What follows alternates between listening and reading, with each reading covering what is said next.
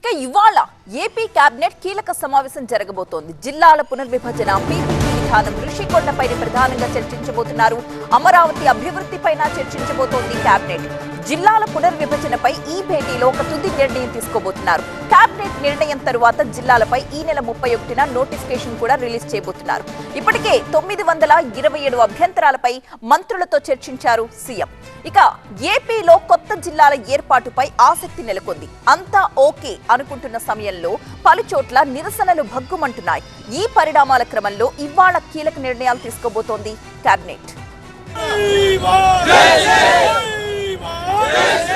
ఇవాళ జరగబోయే మంత్రివర్గ సమావేశంలో జిల్లాల పునర్విభజన నుంచి రాజధాని అమరావతి అభివృద్ధి వరకు పలు కీలక అంశాలపై లోతైన చర్చ జరగనుంది. గత నెల 27న జిల్లాల పునర్విభజనపై రాష్ట్ర ప్రభుత్వం ప్రాథమిక నోటిఫికేషన్ ని జారీ చేసింది. కొత్తగా 3 జిల్లాలు, 5 రెవెన్యూ డివిజన్ల ఏర్పాటుతో సహా వివిధ మార్పులపై నోటిఫికేషన్ విడుదలైంది. దీనిపై నెల రోజుల పాటు అభ్యంతరాల్ని స్వీకరించింది ప్రభుత్వం.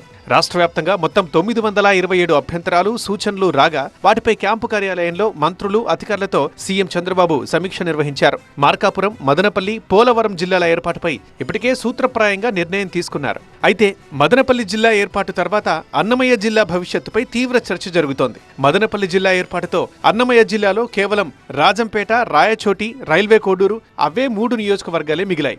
3 నియోజకవర్గాలతో జిల్లా కొనసాగించడం పరిపాలనా పరంగా సాధ్యమా అన్న ప్రశ్న బలంగా వినిపిస్తోంది.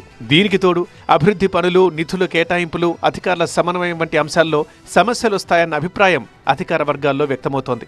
ఈ నేపథ్యంలో రాజంపేటను కడప జిల్లాలోకి, రైల్వే కోడూరును తిరుపతి జిల్లాలోకి, రాయచోటిని మదనపల్లి జిల్లాలో కలిపి అన్నమయ్య జిల్లాని పూర్తిగా రద్దు చేయాలి అన్న ప్రతిపాదనపై ఇటీవలే ఉన్నత స్థాయిలో చర్చ జరిగినట్లు తెలుస్తోంది.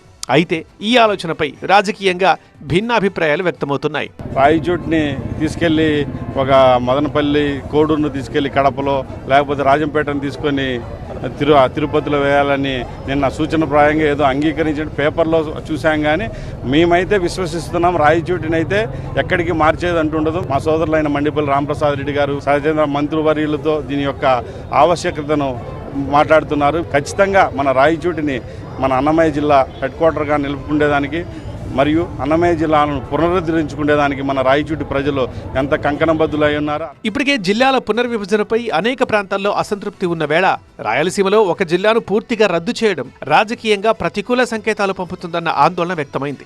ముఖ్యంగా అన్నమయ్య పేరు మీద ఉన్న జిల్లాను తొలగించడం తీవ్ర భావోద్వేగాలకు దారితీస్తుందన్న అంచనాతో ప్రభుత్వం ఆలోచనలో పడింది. ఈ అంశంపై ప్రజల నుంచి వచ్చిన స్పందనని పరిశీలించిన తర్వాతే తుది నిర్ణయం తీసుకోవాలన్న అభిప్రాయానికి ప్రభుత్వం వచ్చినట్టు తెలుస్తోంది. ఆ మేరకు వెల్లువెత్తిన అభిప్రాయాల్ని నిశితంగా పరిశీలిస్తోంది. అన్ని కోణాల్లో చర్చించి నివేదికలు తెప్పించుకోవాలని భావిస్తోంది. ఈ నేపథ్యంలో దీనిపై మరి ఏపీ కేబినెట్ భేటీలో ఎలాంటి నిర్ణయం తీసుకుంటారో అన్న దానిపై ఆసక్తి నెలకొంది.